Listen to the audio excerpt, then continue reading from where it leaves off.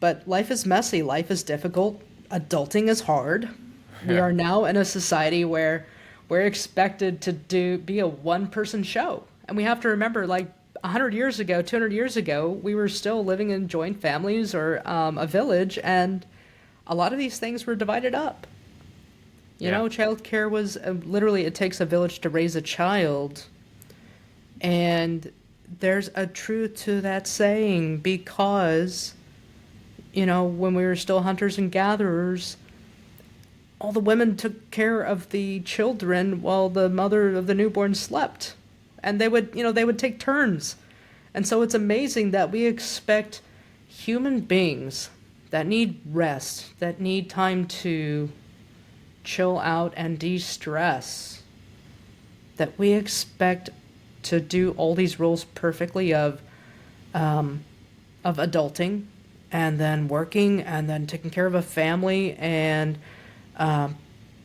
being perfect all the time, being able to give our 100% no matter how emotionally, physically, psychologically, spiritually exhausted we are.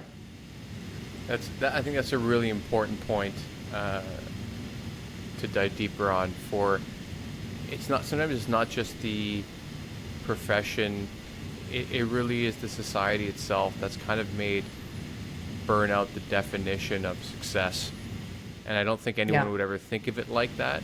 But if everyone has to be everything all the time, perfect parents, perfect spouses, earn X amount, be doing everything all the time, as you're driving, be in a yoga pose, and then get out of your car and dive into a cold plunge or whatever the fuck is Exactly. going on these days. Like, Right. I think it's by definition impossible to be everything all at once. And I hope that we're going to, kind of correct course in a healthy way, that we realize that, like, this isn't the goal of life, to beat ourselves to death with work and expectations. That, like, yeah, we can strive for better things and for fulfillment, but doing everything all the time is going to lead to everyone hating everything, including themselves, which I think is what is kind of part and parcel with burnout. I think you kind of turn that in on yourself. Have you seen that at all? Oh, yeah. Oh, yeah. I mean, I think, again, going back to the culture and being everything to everyone and being perfect all the time. In medicine, we're taught to be perfect as far as decision making in the clinic and the clinical scenario, right? We want that. All right. As physicians and as patients, we want that. But then I think that this mentality, we turn it in on ourselves. And I just had this discussion last week with Dr. Gail Gazelle from Harvard Medical School on my podcast.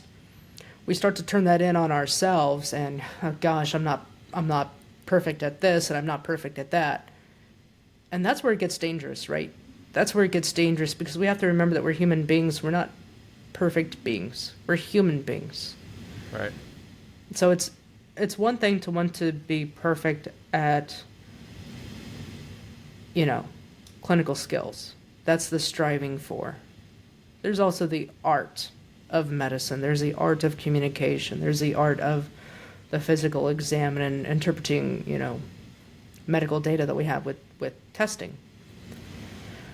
What it is not is we have to remember to give ourselves grace to be able to show emotion. Be able to say, I have to go home. This is going to have to wait till tomorrow. I'm tired. Or this has been a really hard day. I've had to deliver bad news. That's really taking a toll on me as an empath, as a healer. I need to go home to my family. I need to go home and just hug my dog, or go for a run, go for a swim, go for a cold plunge, like what you were talking about. But I think it's okay to lean into those emotions. I think it's okay to lean into the messiness of life.